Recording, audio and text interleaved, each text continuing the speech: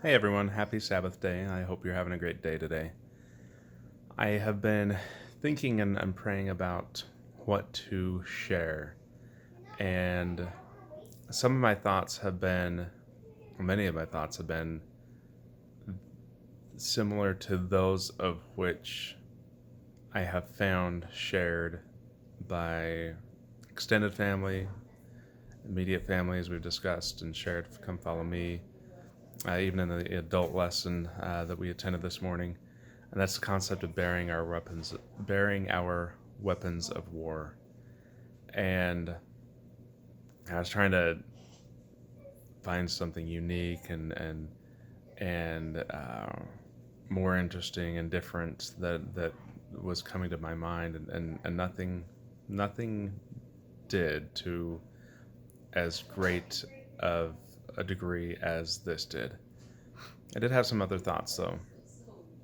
Um, in reading from the Book of Alma, chapters 23 to 29 this past week, um, much focus is given on chapter 29. It's a great chapter. If you haven't read it yet, I invite you to read it. It's a quick read, and it's really just it's the pouring out of thoughts about missionary work. It's almost a psalm, um, almost a poem of how amazing missionary work is and the joy that it brings to, and it has the opportunity to bring to your own heart as you participate in that. Um, Something that stuck out to me though is chapter 28. Um, from like a playtime perspective, 29 gets a lot of appropriate attention. 28 for me is a great chapter in the Book of Mormon. It's almost the turning point. It's almost hey, we've kind of told you some stories in the Book of Mormon, and we've told you about how there's been some contentions.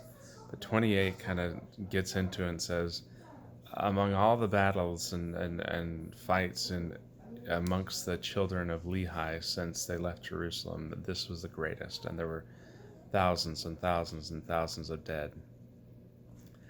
And it's almost a foreshadowing of what the next several chapters and even the bulk of the remainder of the Book of Mormon is about contention, about what breeds contention, about um, what contention can do to individuals and entire societies. Um, but kind of juxtaposed and kind of compared in with that, uh, what is the description of all that died. There's testimony of the power of the gospel. So I invite you, if you haven't read it already, just hurry and read chapter 28 of Alma.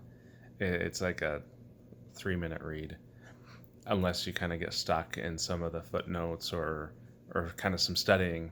It's perfectly great to take more than 3 minutes on it, but it's less than 20 verses, and just a great testimony of what the gospel can do for a people.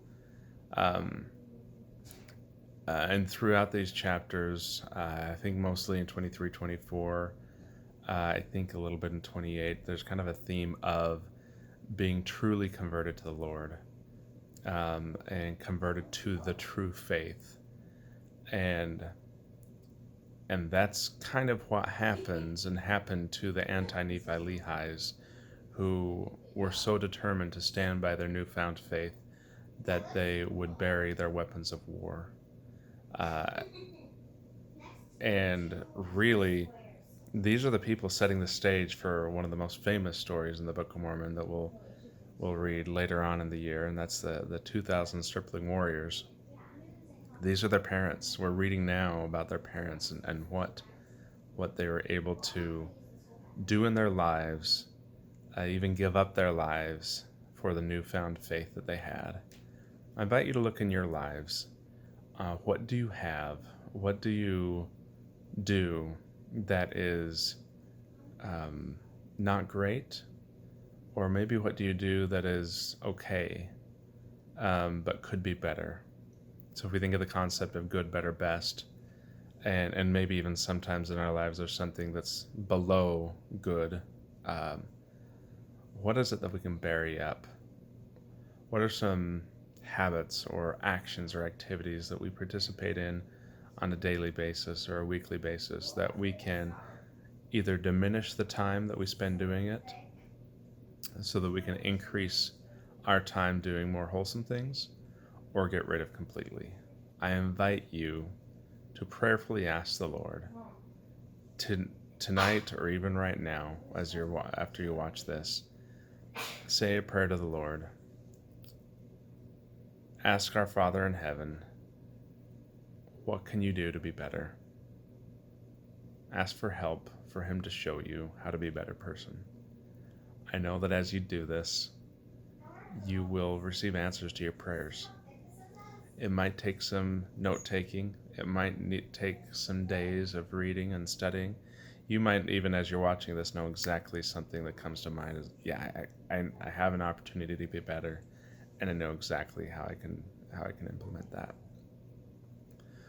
However you fall in the spectrum, take the time now to either find how you can be better or implement the promptings you've already received in ways that you can be better. As we continue the Book of Mormon, again, for me, this is kind of like the turning point of the Book of Mormon, where we're going to get into war upon war upon war, and the good that can come in spite of that war, and the good people that live in spite of that. Some great stories are born. And kind of what we get a taste of in these chapters that we've read this past week is kind of the concept of out of adversity, we have an opportunity to do great things. And I think of kind of some of the things that have been happening in our nation and world, how we are facing some adversities that we haven't faced before in recent history. Certainly as our generation, and speaking, older people in their 40s, but especially young people, teenagers, as you are. The times we're facing today have not been faced before by your or our generation. The Lord has valiant people on this earth for this purpose. What is it that you will bring? You have an opportunity out of adversity to bring forth great things. If you think of the men and women in history who have done great and amazing things, it's not out of wealth and easiness and abundance that great actions have come to pass. It is out of struggle and oppression and striving to do what is needed. That's where great men and women are born.